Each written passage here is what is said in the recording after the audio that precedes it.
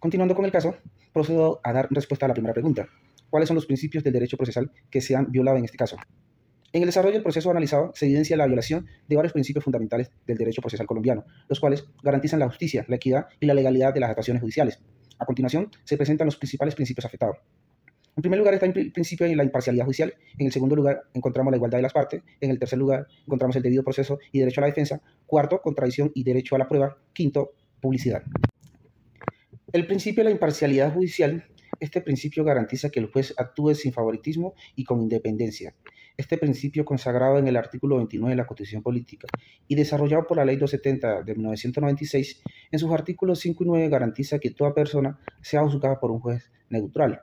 Por su parte, la Corte Constitucional, en la sentencia C-037 de 1996, señaló que la imparcialidad judicial constituye una garantía esencial del debido proceso y que cualquier señal de parcialidad puede invalidar lo actuado. En este caso, la vulneración se tipifica en el juez interrumpió a la defensa y favoreció a la fiscalía, afectando la neutralidad. Continuamos con el principio de igualdad de las partes. El artículo 13 de la Constitución establece la igualdad ante la ley, principio que se refleja en el ámbito procesal a través del artículo 42 del Código General de Proceso, que ordena a los jueces garantizar a las partes las mismas oportunidades de participación y defensa. Por su parte, la Corte Constitucional, mediante la sentencia T-760 de 2008, reafirmó el principio de igualdad de armas procesales que implica que ambas partes cuenten con iguales medios de defensa. En este caso, el negársele el acceso del abogado defensor a las pruebas y limitarse su intervención, se generó una desigualdad evidente frente a la Fiscalía, atentando contra el equilibrio procesal y el derecho a una defensa efectiva. Continuamos con el principio de derecho al debido proceso. El debido proceso previsto en el artículo 29 de la Constitución asegura que toda persona sea juzgada conforme a la ley y con todas las garantías necesarias para ejercer su defensa. La Ley 1564 de 2012, en sus artículos 6 y 8, refuerza esta obligación del juez, quien debe asegurar que las actuaciones se desarrollen con respeto a los derechos de las partes. Asimismo, la Corte Constitucional, en la sentencia C-591 de 2005, precisó que la defensa técnica supone la posibilidad real y efectiva de comunicarse con el abogado, conocer pruebas y participar efectivamente en el proceso. En el caso analizado, las restricciones impuestas al abogado defensor, tanto para comunicarse con su cliente como para acceder al material probatorio, vulneran gravemente el derecho de defensa y el principio de contradicción. Principio de contradicción y derecho a la prueba. El principio de contradicción garantiza que las pruebas presentadas en su proceso puedan ser discutidas y controvertidas por las partes, conforme a lo establecido en el artículo 165 del Código General del Proceso. Asimismo, el artículo 167 dispone que el juez debe valorar las pruebas de acuerdo con las reglas de la sana crítica. La Corte Suprema de Justicia, en la sentencia del 7 de agosto de 2008, determinó que el valor de una prueba depende del respeto al principio de contradicción y de la oportunidad de las partes contrarias para controvertirla. En este caso, la defensa fue impedida de cuestionar la validez del pedido presentado por la Fiscalía, lo que vulnera este principio y afecta la legalidad y transparencia del proceso judicial. Por último, el principio de publicidad. El artículo 228 de la Constitución Política establece que las actuaciones judiciales deben ser publicadas, motivadas y accesibles, mientras que el artículo 9 del Código General del Proceso garantiza que la publicidad de las actuaciones y decisiones judiciales. La publicidad es una garantía esencial que permite el control ciudadano y la transparencia del proceso. En el caso de Pepe, la falta de acceso del abogado defensor a las pruebas y actuaciones procesales contradice este principio, afectando la confianza en la administración de justicia y el derecho a un proceso transparente. Mi nombre es Lisbeth Bolívar y voy a continuar resolviendo la pregunta número 2 del caso de Pepe, que dice cómo podría haberse aplicado correctamente estos principios para garantizar un juicio justo. Primero, el principio de imparcialidad. La Corte Interamericana de Derechos Humanos ha sostenido que la imparcialidad implica que el juez o funcionario debe aparecer actuando sin estar sujeto a influencia, aliciente, presión, amenaza o intromisión directa o indirecta, sino única y exclusivamente conforme a movido por el derecho. El juez o servidor público debe intervenir con la más absoluta imparcialidad, sea que actúe en primera o segunda instancia y en toda actuación sancionatoria y cuya violación puede ser alegada ante el juez que ejerza el control judicial del acto sancionatorio para obtener nulidad. Para el caso en particular que estudiamos y para todos los casos, el juez debe abstenerse a mostrar favoritismo, evitar interrupciones injustificadas y mantener una conducta neutral. Cualquier señal de sesgo debe ser motivo de recusación o revisión del proceso. El segundo principio de igualdad de las partes en el proceso. El juez debe asegurar que ambas partes tengan el mismo tiempo y oportunidad para presentar argumentos, interrogar testigos y formular objeciones. No se debe permitir privilegios procesales a ninguna de las partes. El tercer principio del derecho al debido proceso y a la defensa. Se debe respetar el conjunto de garantías judiciales, tales como la notificación adecuada, acceso a pruebas, defensas efectivas, un juez imparcial y posibilidad de apelación. La vulneración de cualquiera de estas garantías puede invalidar el juicio. Por otro lado, el abogado defensor debe tener acceso previo y suficiente al expediente, incluyendo todas las pruebas presentadas por la Fiscalía. Además, debe garantizarse la comunicación fluida entre el abogado y el acusado antes del juicio para preparar la estrategia de la defensa. El otro principio es el de contradicción y derecho a la prueba. Toda prueba presentada por la Fiscalía debe ser puesta en conocimiento de la defensa con tiempo suficiente. La defensa debe tener la oportunidad de controvertir, objetar o solicitar la exclusión de pruebas, como el video de baja calidad que presentaron para este caso. Y el último principio es el de publicidad, pues las pruebas deben cumplir con requisitos de autenticidad, pertinencia y legalidad. El video, por ejemplo, debió ser verificado por peritos y su admisibilidad debatida en audiencias públicas.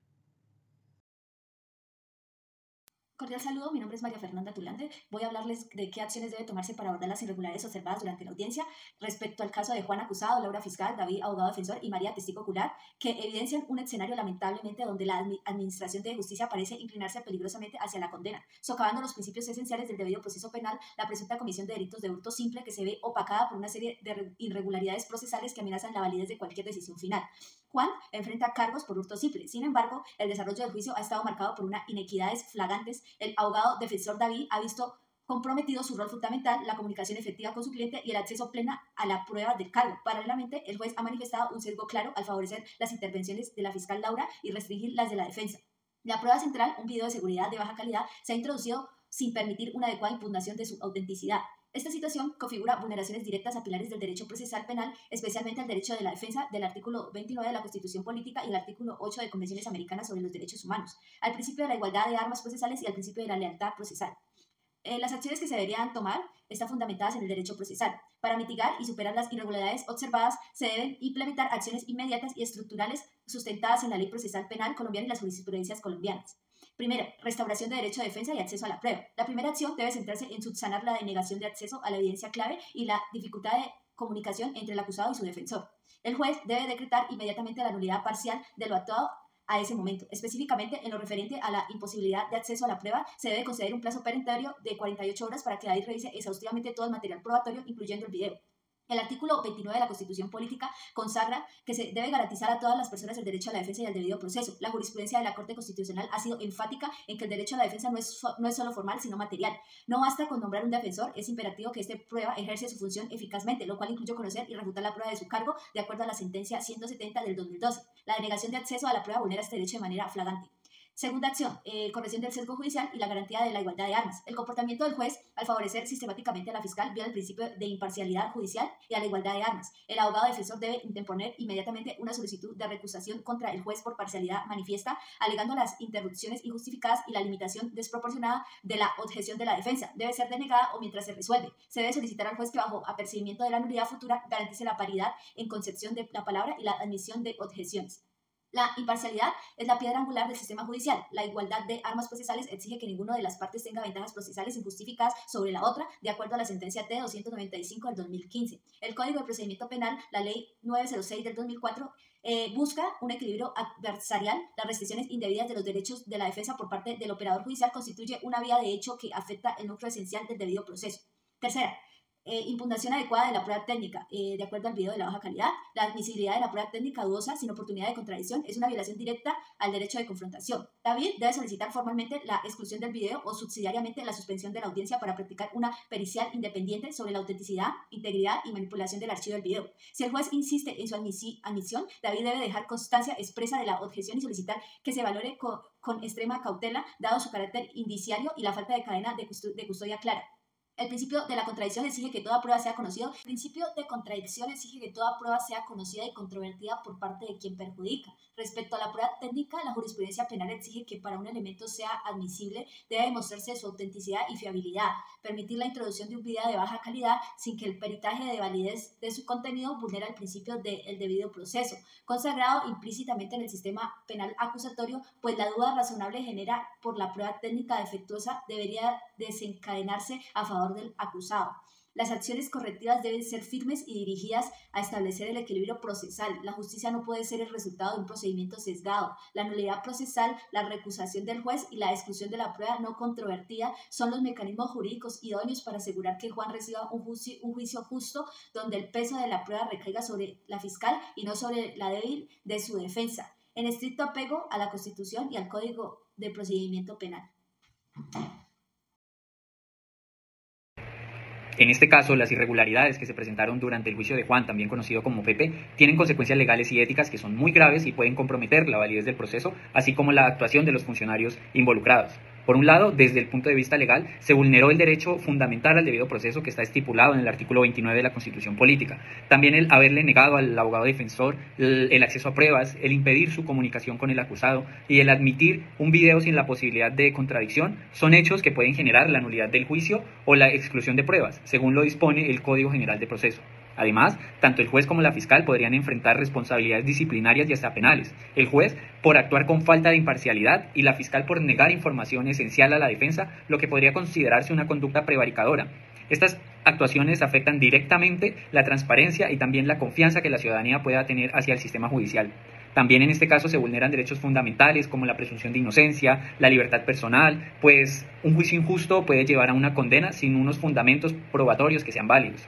Ya por el punto de vista ético, las consecuencias son igualmente graves. El juez incumple su deber de neutralidad e independencia, afectando la credibilidad del sistema judicial. La fiscal falta al principio de objetividad y buena fe procesal, ya que su labor no es obtener una condena a toda costa, a como dé lugar, sino que ella debe enfocarse en buscar la verdad material. Incluso la defensa tiene una responsabilidad y un compromiso ético, pues debe denunciar estas irregularidades y velar por la correcta aplicación de la ley. Finalmente, la suma de estas conductas genera en la ciudadanía una falta de confianza en la justicia, en el sistema penal y en la imparcialidad de las instituciones. Cuando se quiebran los principios procesales, la justicia deja de ser una garantía de derechos y se convierte en un instrumento de arbitrariedad, un instrumento al servicio del poder. Entonces se puede resumir que las implicaciones legales incluyen la nulidad del juicio, la nulidad de este proceso y posibles sanciones a los funcionarios. Y también por su parte las implicaciones éticas que este proceso tiene, pues se pone en riesgo los valores de imparcialidad, de verdad y de dignidad humana que está estipulado en la Constitución de nuestro país. Esto nos lleva a resumir y a concluir que solo respetando los principios procesales es posible garantizar una justicia que sea humana, que sea transparente y que sea verdaderamente consecuente con los principios de nuestra Constitución política.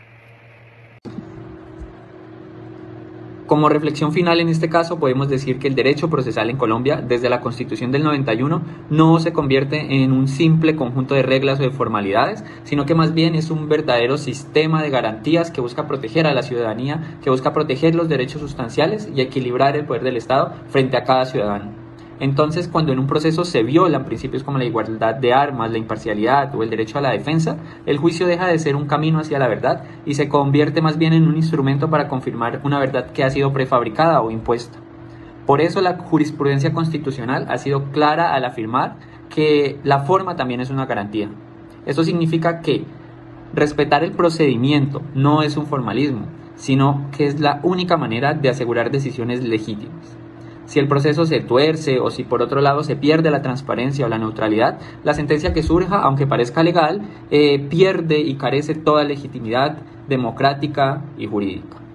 En el caso de Pepe, se nos demuestra justamente eso, cuando no hay equilibrio entre las partes, cuando el juez no es imparcial, cuando la defensa no puede ejercer plenamente su poder, el sistema de garantías se ha derrumbado. Por eso es fundamental la vigilancia activa de los abogados defensores y la autocrítica de los jueces. Esto a través de mecanismos como la recusación y entre otros que nos pueden llevar a que el derecho procesal cumpla su verdadera función: proteger la dignidad humana y asegurar que la justicia sea un espacio de equidad y no un espacio de arbitrariedad o de poder, como ya se ha dicho.